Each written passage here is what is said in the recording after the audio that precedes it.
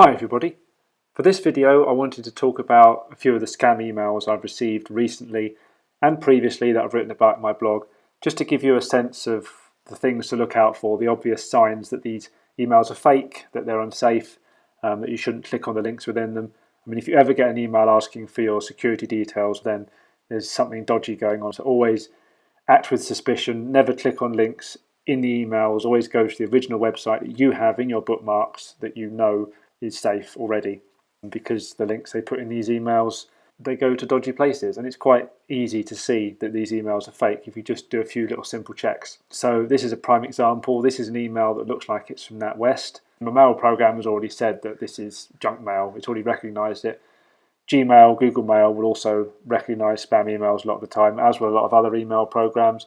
But some may not mark it as such. Some people may have spam filters turned off, and sometimes things slip through the net. So it's always worth still being aware nonetheless. But that's why the images are blacked out. There's no NWB banner, NatWest Bank banner. There's no signature there either, because you never know if the images inserted into these emails are dodgy or not. And the fact that you get images in regular emails of any sort doesn't prove that the email is genuine, because you can add any image you like to any email. I could add a logo for any organisation to any email I send out. It's easy, just copy it off the internet and stick it in, simple as that. So images are not proof in any way, it just makes the email look fancy, that's all. So the first thing to look at is where the email has come from. It says NatWest there, but actually you can give yourself whatever name you like when you're sending an email out. But the address underlying that, if you look at it, is w927471@usm.edu, which is clearly nothing to do with NatWest. Now, it's perfectly possible that the email hasn't come from that address either, because it is possible to spoof addresses that emails have come from. As it is, if we Google the extension on that, usm.edu, you can see it's the University of Southern Mississippi, which has got nothing to do with NatWest whatsoever. So already it's clear that this email is fake. Then it says NatWest account resolution required. Then it says to recipients, and you can see they've sent it to themselves. Now, of course, they sent it to me because I've received it. The fact that it says their address and not mine says that my address is in the BCC list, the blind carbon copy list. So when you're sending an email, you can put people's names in the to box or the CC box, the carbon copy box. And in doing so, any names you put in either of those two boxes will show to everybody who receives the email. Everybody will know who else has got the email. But if you put names in the BCC box, the blind carbon copy box, then sometimes you have to select that from a menu because it's often hidden. But if you do select that box and enter names in there, then nobody else will be able to see the names of the people in that box. If you want to send a private copy of an email to someone without anyone else knowing that that person's had the copy, then you put their name in that BCC box. And that seems to be what must have happened here, because I can't see my own name. So that's a little bit odd. If the email is destined for me because my account is dodgy, why hide the name? But then there's further proof that this email isn't destined just for me, because it starts with Dear Customer. Now, if this really was genuinely for me, it would have my name there. Even if they were doing a bulk mail out for whatever reason, they would put your name there because they can do a simple mail merge based on the list of names they've got. As you'll know from shops and banks and things, they often use your name and perhaps a bit of your address or postcode to prove that they are writing to you. Whereas here, they've just said Dear Customer, so clearly they don't know my name. Another sign is slightly dodgy writing in the email. Some emails are better than others, but in this case there's a blatant error in the first sentence because it's only a partial sentence. It says, upon intensive reviews on your profile. That's it. I mean, you can see that beyond that it's supposed to go on, but they've actually ended the sentence after the word profile. Upon intensive reviews on your profile, full stop. Then it says, we have noticed that you need to resolve important security issues on your account to prevent temporal deactivation. Now, I don't know what sort of a phrase temporal deactivation is. That sounds like something from Doctor Who to me. Temporary deactivation, maybe, but even then banks don't send out emails like this anyway, so it doesn't really matter. But certainly that sounds a bit odd. They're just using fancy words to make it sound a bit important, I suppose. The rest of the text of the email isn't quite so bad. It is therefore recommended that you complete this process. Your security is important to us. Just go to www.nwolb.com and follow the simple on-screen instructions. You can then start using our online banking services straight away. It's that easy. Now, they've given you a link in the email here which says www.nwolb.com. That's what the link looks like. And if you Google that address, it does indeed show you the NatWest website. It is the actual NatWest customer advice website. There you are, online banking services. However, that is not where the link in the email is taking you. Do not assume that what the link says is where it's going, because when you set up a link in an email or a web page, you can make the text of the link say anything you want, but the address that that link goes to could be anywhere. So if you actually hover over that link without clicking on it, just hover over it, you can see where it's actually going. And you can see although the address starts with nwolb.com, it's actually got loads of rubbish after it and is ending with objectfenster.ch, which is nothing to do with NatWest. There's loads of stuff in this link that's got nothing to do with NatWest whatsoever. And objectfenster.ch is a foreign site of some sort. It's clear from the word object being spelt with a K there. And the .ch extension as well shows it's from a different country.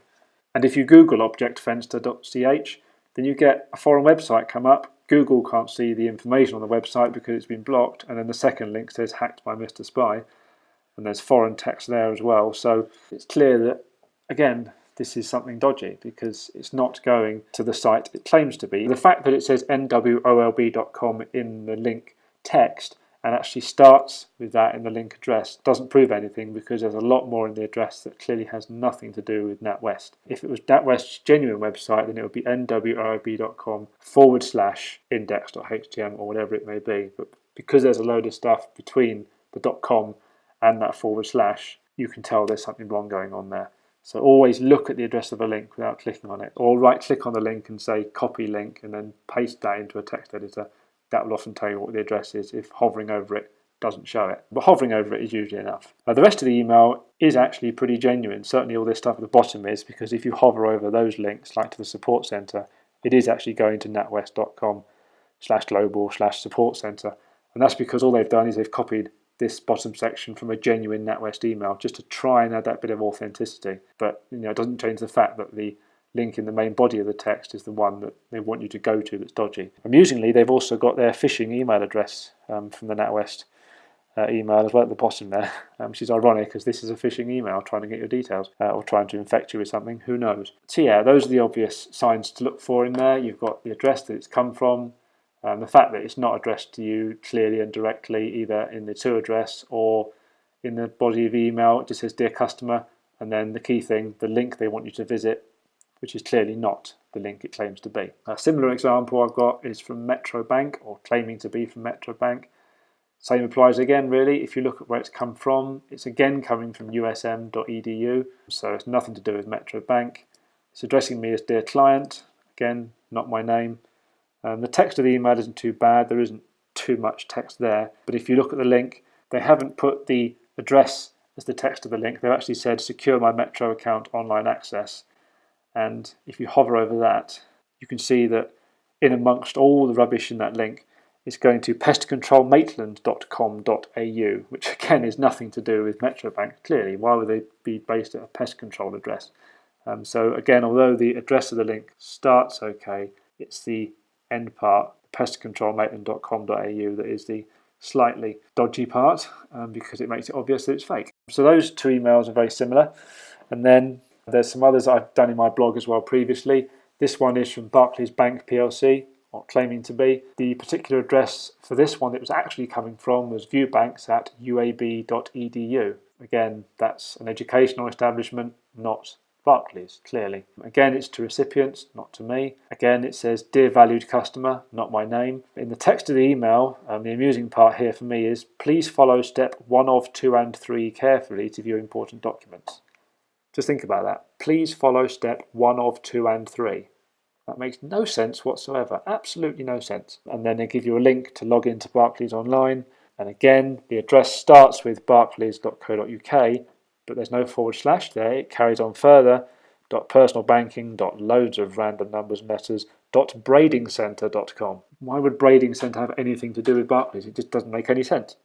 And then this is an email claiming to be from Amazon.com, which is a little bit sneakier because when you look at the address it's come from, it appears to be auto-confirm at amazon.co.uk, which is an email address that Amazon use. These scammers have spoofed this address somehow, but the other signs are still there. It's still going to recipients, not to me.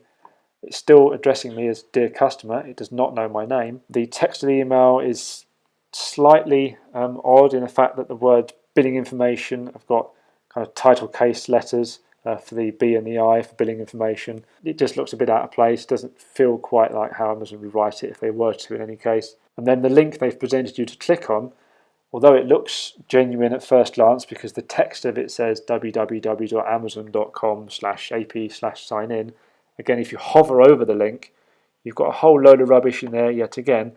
And actually it starts with divingwitsundays.com. Again, it's clearly not the address that's being claimed in the text of the link. So again, it is clear this is dodgy from the fact that it's not being sent to me, I'm not being addressed by name, and the link is dodgy. So always hover over the links to check where they're going, or copy the link into a text editor and see where it's actually taking you. Never actually try visiting just out of curiosity, because you never know what's going to happen when you arrive on that page. It only takes one click to get infected with something and you've had it. So always check the address first. And then this one is a really sneaky one, pretending to be from Microsoft. This was preying on a genuine news story about the WannaCry, WCry, WannaCrypt attacks that affected lots of businesses. It was all over the news for a little while, so some people were clearly trying to capitalize on it by trying to send out a dodgy email pretending to be from Microsoft asking you to do a security update. And to the uninitiated, perhaps to people who are unsure about IT,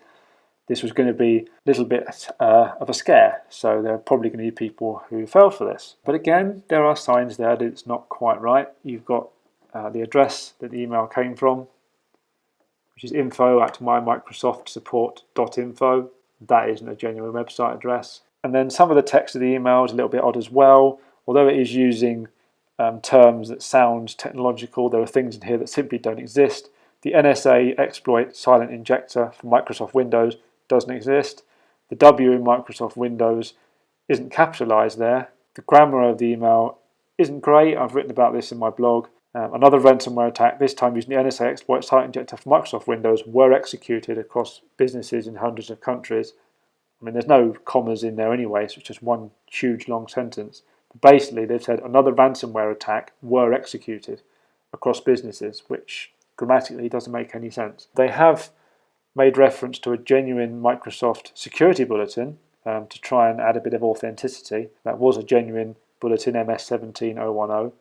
But again, it is the link that matters. And when you look at the address of the link, it's not going to the Microsoft site as you would expect. It's going to rbfi.io. Now, if Microsoft are going to issue updates to anybody, they're going to do it through their usual Windows Update software that you already have on your PC. They would never send an email like this in the first place, and even if they did, why would they send you to something other than the Microsoft.com website? It makes absolutely no sense.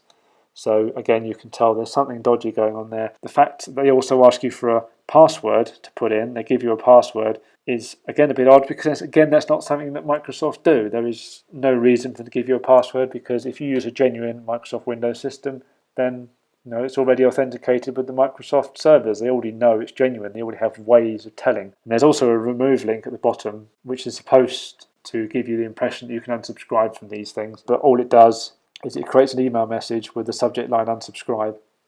It doesn't actually go anywhere because it doesn't give you an address to send it to. So it's a bit of a pointless link to add at the bottom of the email, really. It won't infect you with anything, but it won't do anything useful either. And that's it, really. As you can see, there are very common signs there. Check the address that the email has come from. Check whether you are being addressed by name. Check the formatting and the grammar of the email and the spelling, things like that, because often that's a giveaway.